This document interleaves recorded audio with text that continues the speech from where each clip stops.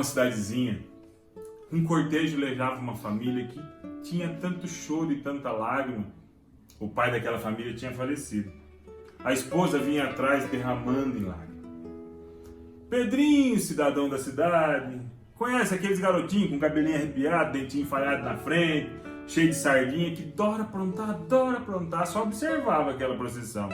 Ele não era parente, nada. Via aquela procissão, o choro que o povo derramava. O padre fez a encomendação do corpo ali na beira da cova. Quando desceram o marido, a mulher, chorando em prantos, falava: ai, meu senhor, por que você levou e deixou aqui sozinho? Me leva também, me leva também, me leva também. Não deu pensar 3 vezes. Pedrinho levantou e deu um empurrão naquela mulher. A mulher caiu dentro do buraco. Todo mundo ficou ali olhando. A mulher, a primeira coisa que falou, me tira daqui! E o Pedrinho respondeu: a senhora não pediu para Deus levar também? O povo ficou no silêncio. Pedrinho continuou a andar. O povo ficou pensando. Muitas vezes falamos só da boca para fora. A mulher não estava dentro do buraco, ela pediu tanto para Deus levar. Pedrinho queria mostrar que muitas vezes não é só as palavras que fazem o mundo mudar. É preciso ter atitude. O encontro com a graça é a certeza do amor. Mas tirando a brincadeira, pensem naquele dia. Depois de ser tirado da cruz, Jesus foi sepultado. Aquelas moças foram para cuidar de Jesus. E ao chegar lá, não encontraram alguém que estava morto. Mas como diz o anjo, por que procurar entre os mortos aqueles que estão vivos? A certeza do encontro é maior. A certeza do amor vai além. O cuidar um do outro é capaz, até no momento onde tudo está perdido, de não desistir, de continuar seguindo firme. Elas tiveram a graça de ter o primeiro encontro com Cristo ressuscitado, porque encontraram naquele túmulo vazio a certeza que o amor tudo pode fazer. Mas elas só encontraram com aquilo porque elas foram até lá. Elas tiveram a graça, não foi alguém que contou e que disse que aconteceu. Elas viveram a ressurreição do amor. Meus amados, se você quer viver a ressurreição do amor na sua vida, o encontro é preciso que você caminhe. Que você vá até o encontro com Deus. Que você vá ao encontro da graça, que você vá ao encontro. Nós somos chamados ao céu. E o céu é o encontro com o amor de Deus. Mas para que o encontro ocorra, é preciso que você também dê o primeiro passo. Que você possa experimentar no tema deste mês a graça deste encontro. De ir além, de olhar e encontrar uma razão para seguir em frente. Não apenas falar, me leva também, quando na verdade nós não queremos caminhar juntos. Tenha coragem, dê também um passo, porque a graça de Deus está a um passo do seu sim. Que você tenha um bom encontro, que você possa experimentar o amor. Já que você está até agora conosco, aproveita para seguir o canal, dá um like aí, compartilhe e nos ajude a chegar a outras casas, onde a graça e o amor de Deus precisam entrar. Que a paz esteja contigo. Olá, estamos aqui para rezar e estudar juntos o 8º tema do ano de 2021 das equipes de Nossa Senhora. A missão do céu. Acreditar na perenidade do casal, formado por 2 esposos, irrevogavelmente fiéis um ao outro. Não é, portanto, uma imaginação sentimental, mas sim uma convicção de fé firmemente baseada na revelação divina e no ensinamento tradicional da Igreja. Oração ao Espírito Santo. Vinde, Espírito Santo, enchei os corações dos vossos fiéis e acendei neles o fogo do vosso amor. Enviai o vosso Espírito e tudo será criado e renovareis a face da terra. Oremos. Ó Deus, que instruíste os corações dos vossos fiéis com a luz do Espírito Santo, fazei que apreciemos certamente todas as coisas segundo o mesmo Espírito e gozemos sempre da sua consolação. Por Cristo Senhor nosso. Amém. A pintura de hoje, de Fleury François Richard, nos convida a experimentar um caminho de céu. Ao olhar essa pintura, o nosso pintor francês quer nos mostrar talvez o sentimento do sofrimento daquela moça ao perder o seu marido, ainda jovem. Mas queria te ressaltar algumas coisas nessa pintura. Ao olhar o contraste entre o claro e o escuro. Para quem olha para a imagem, talvez pense na tristeza que ela quer passar. Mas nós cristãos temos que acreditar naquilo que nos leva a seguir em frente. Ao olhar pela janela, percebemos uma forte luz que vem de fora. O amor que se encontra com aquele que nos espera ao lado de fora. Assim como Jesus, o bom pastor que bate a porta e nos traz uma luz que ilumina o caminho. Talvez ficar dentro de nós mesmos e nos prender nessa escuridão muitas vezes nos leva a refletir sobre a tristeza, quanto o amor nos convida a ir para fora. Assim é chamada a nossa igreja, a seguir em frente, a ir para fora, ir ao encontro do outro. Essa imagem de hoje, numa singeleza e uma simplicidade, de talvez retratar um sentimento tão sofrido, que é a perda de alguém que nós amamos tanto, no momento onde nós estamos vivendo tantas perdas. Nos convida a refletir muito mais do que aquilo que nós deixamos, mas sim naquilo que ainda podemos encontrar. Encontrar um sentido de algo que se renova, de algo que nos convida a ir além. François Richard nos convida a experimentar, a procurar dentro de nós aquilo que muitas vezes nos faz acreditar na tristeza, mas encontrar um sentido para ser feliz. Um sentido para que esse sentimento possa abrir uma janela que nos leva à luz do Espírito Santo. Esse mês é um mês muito especial para nós equipistas. É o mês da nossa eleição, onde vamos escolher aqueles que vão nos ajudar durante um ano a caminhar e encontrar a graça do amor de Deus dentro das equipes. Que possamos abrir essa janela e encontrar ali fora uma luz que guia o nosso caminho. Apresentação dos elementos de reflexão. A igreja sempre reconheceu a possibilidade de um novo casamento após a viuvez. Mas em seu ministério inaugurado durante a Segunda Guerra Mundial, o padre Caffarel acolheu a intuição de mulheres que aspiravam a consagrar sua viuvez a Deus, em estreita ligação com seu cônjuge no céu. Ora, desde os primeiros passos de nossa exploração do pensamento do padre Caffarel, tivemos a intuição persistente de que a pedra fundamental de toda a sua compreensão do casamento culminou de alguma forma no céu. Não ter consciência deste objetivo, da eternidade do amor, é cortar as asas do amor, tirar dos cônjuges um poderoso impulso, a esperança da realização de seu amor, de sua vida. Esse impulso é missionário, é também um testemunho da misericórdia de Deus, que purifica e realiza tudo. Mais uma vez, trata-se de mostrar aos outros casais que sua ligação com a promessa da eternidade é testemunho da ressurreição. Na abordagem da missão feita pelo padre Caffarel, encontramos elementos comuns a muitas teorias do apostolado, tais como 5 pontos essenciais para o crescimento de uma comunidade cristã: oração, fraternidade, formação, serviço e, é claro, a missão. Mas sua força única e a sua universalidade decorrem da exigência teológica as que detém. Esquecer disso seria não entender nada da exigência, por vezes dura, até dolorosa, do fundador das equipes. Até o preço de um ideal impossível de atingir? Não há crescimento sem luta, não há missão sem a cruz. Nós sabemos que passamos da morte para a vida, porque amamos nossos irmãos.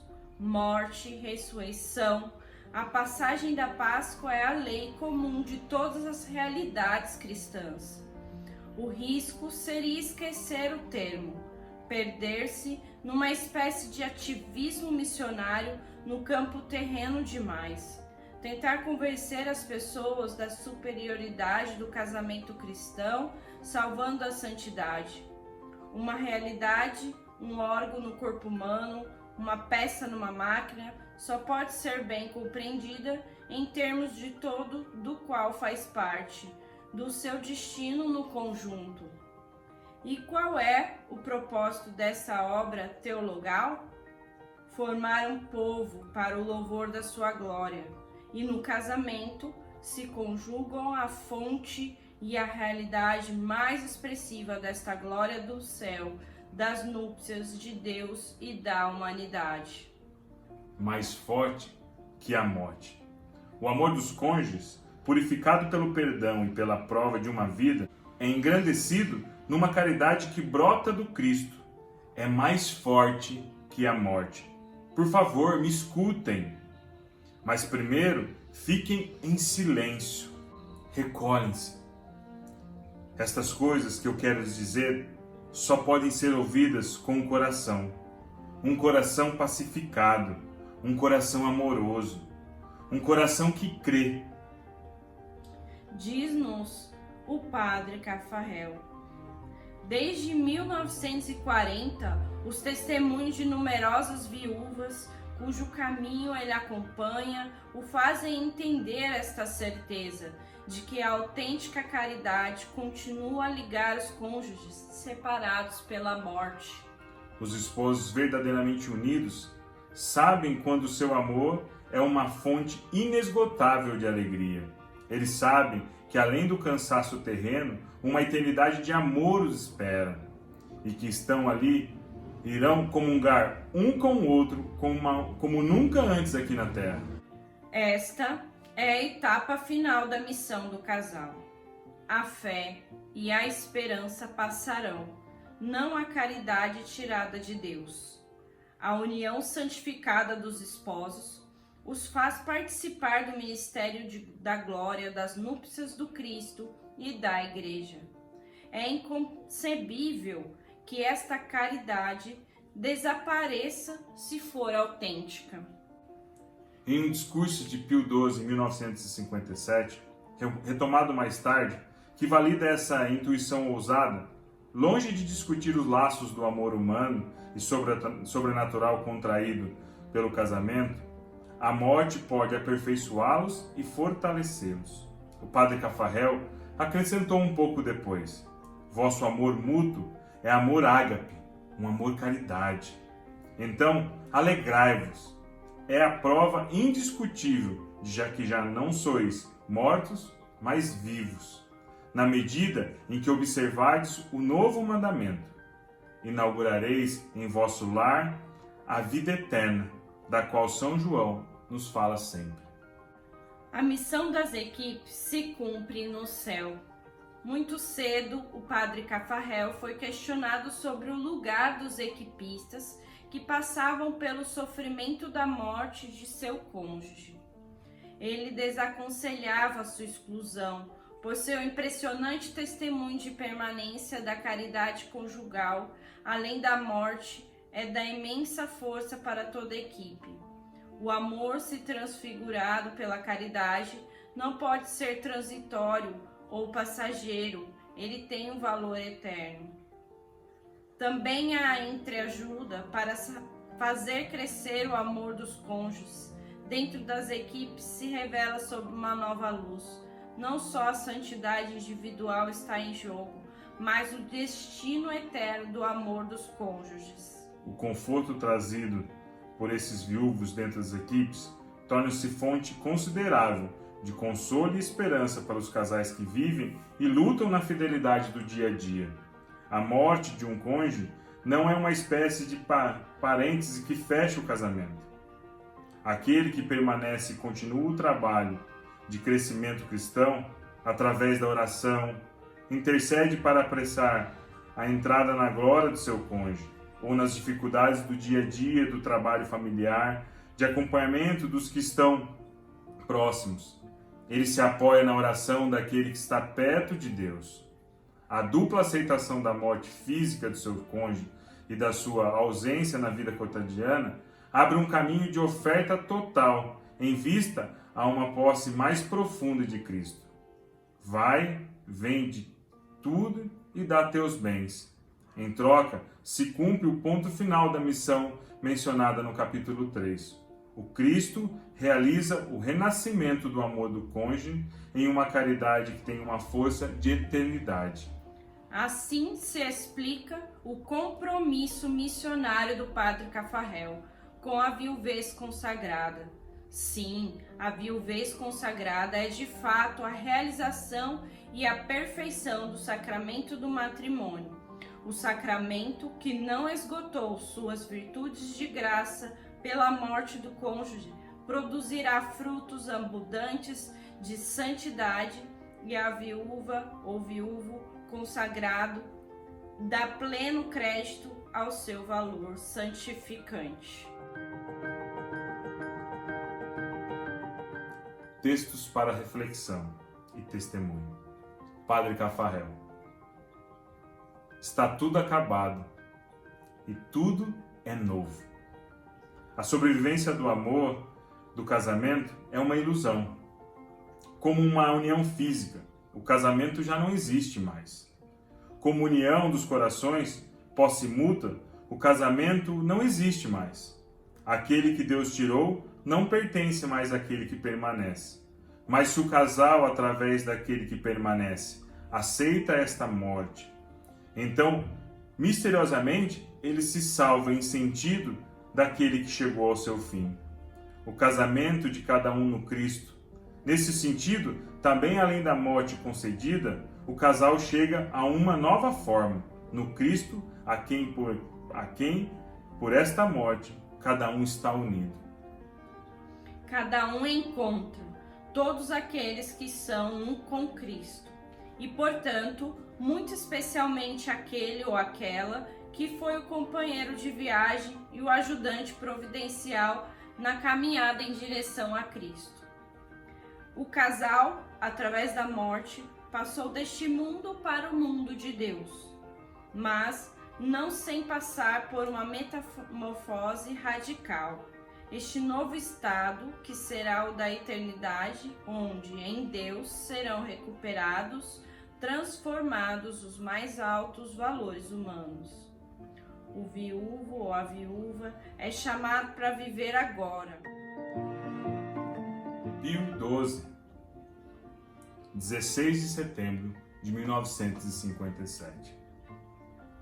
Longe de discutir os laços do amor humano e sobrenatural contraídos através do casamento, a morte pode aperfeiçoá-los e fortalecê-los. Sem dúvida, no plano puramente jurídico e no plano de realidade sensível, a instituição do matrimônio não existe mais.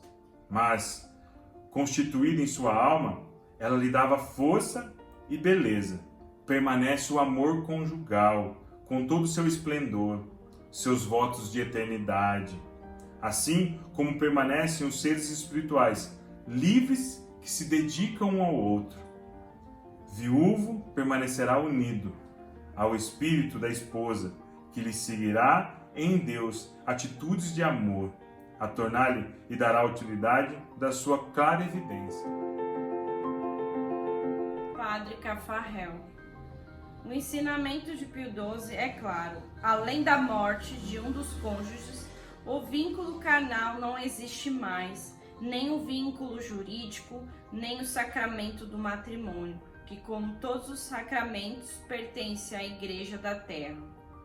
Essas realidades desaparecem, assim como os andaimes caem quando o edifício é concluído, mas o casal permanece.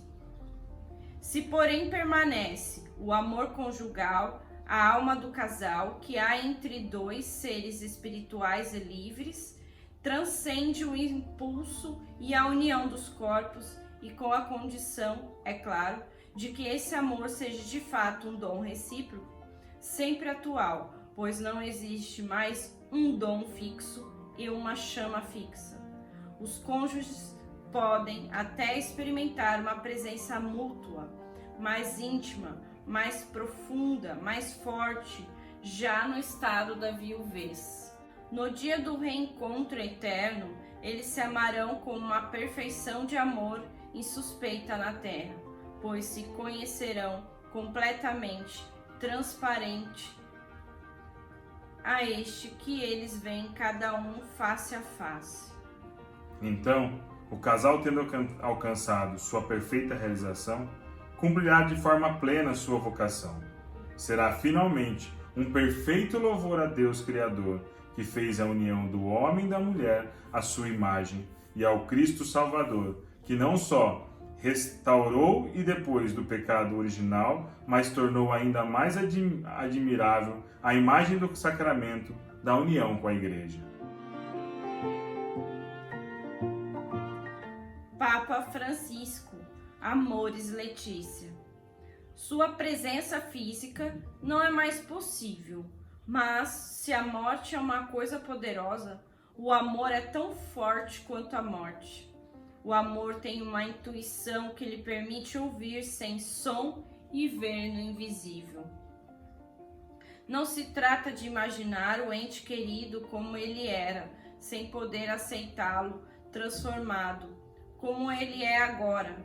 Jesus ressuscitado, quando sua amiga Maria quis abraçá-lo à força, pediu-lhe que não o tocasse, para levá-la a um encontro diferente. Uma maneira de comunicar com os parentes falecidos é rezar por eles. A Bíblia diz que rezar pelos mortos é um pensamento santo e devoto. Rezar por eles pode não só ajudá-los, mas também torna eficaz a intercessão deles por nós. O Apocalipse apresenta os mártires intercedendo por aqueles que suportam a injustiça na terra, em solidariedade com o mundo a caminho. Alguns santos, antes de morrerem, confortaram seus entes queridos, prometendo-lhes que estariam perto para ajudá-los. Santa Teresa, que expressou seu desejo de passar seu céu continuando a fazer o bem na terra. São Domingos disse que seria mais útil após a morte, mais poderoso para obter graças. São laços de amor, pois a união daqueles que ainda estão a caminho com seus irmãos, que adormecem na paz de Cristo, não conhece a menor intermitência, pelo contrário, segundo a fé constante da Igreja, essa união se fortalece com a troca de bens espirituais. As palavras do Mestre e as de São Paulo sobre o matrimônio são inseridas. Isto não é por acaso. Na dimensão última e definitiva de nossa existência, que precisamos revalorizar. Desta forma, os casamentos poderão reconhecer o significado do caminho que estão percorrendo.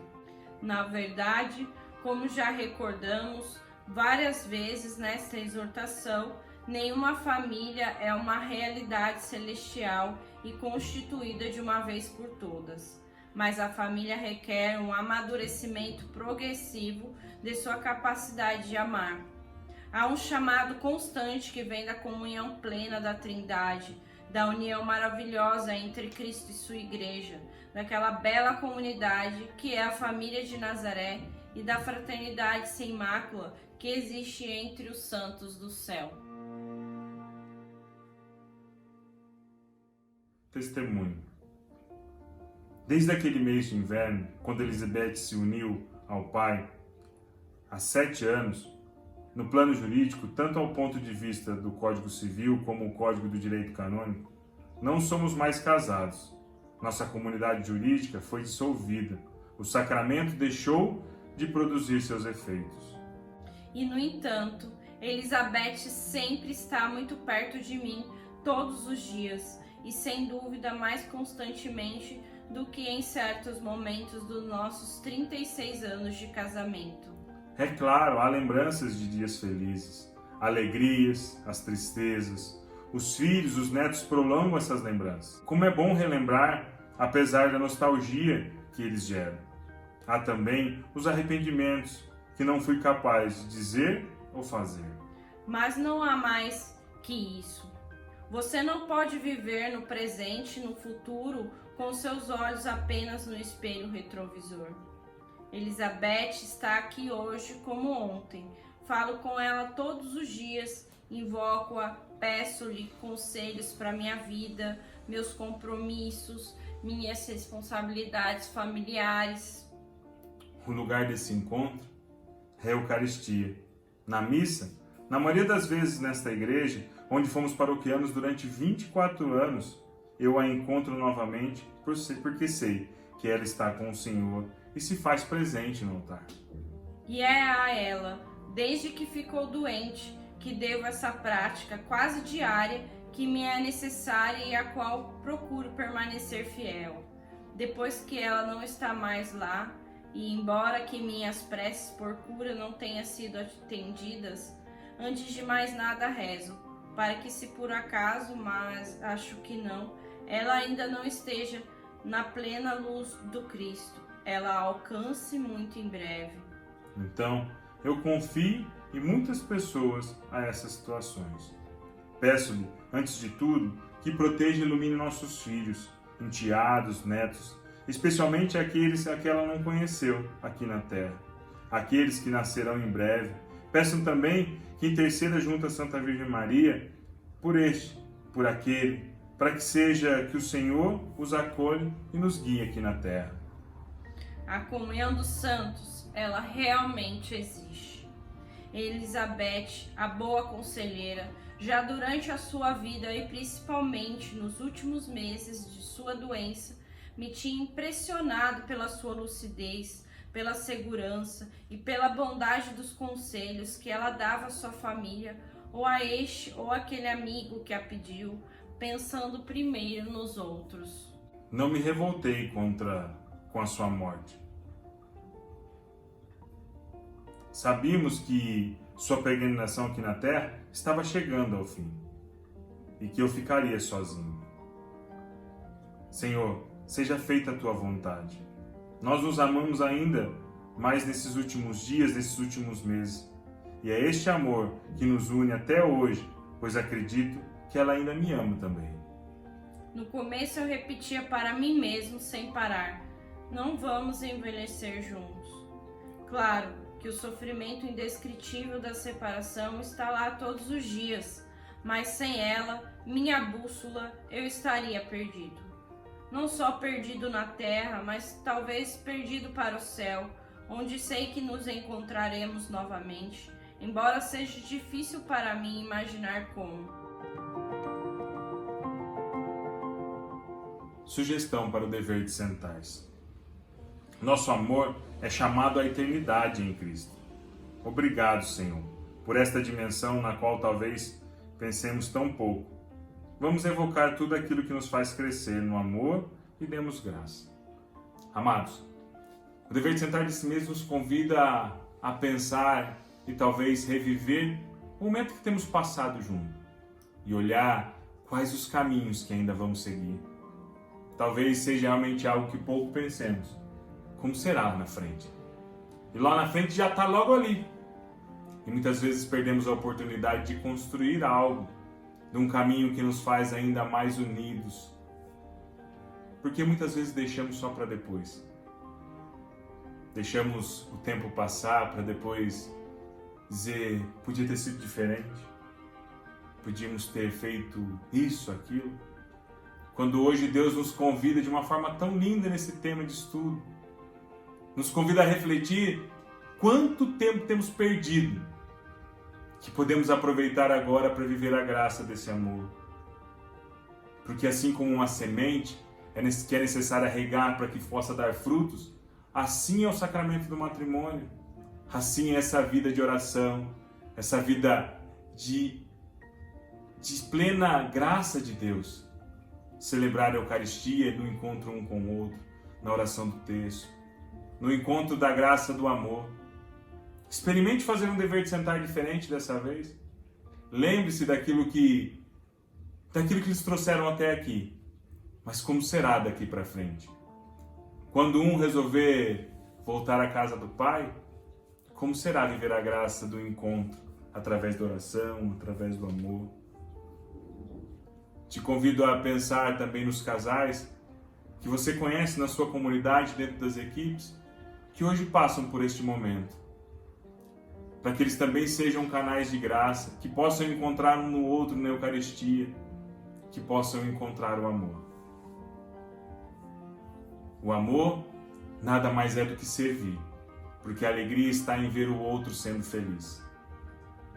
Esse mês nos convidamos a rezar um para o outro e também nas escolhas dos nossos casais responsáveis de equipe, porque é um ato de amor e um ato de serviço. Talvez aí nas suas equipes sejam mais evoluídas que as nossas, que todos muitas vezes ficam pensando, e se formos nós? Se formos nós, será uma graça de Deus, porque a graça de Deus nos convida a ir além.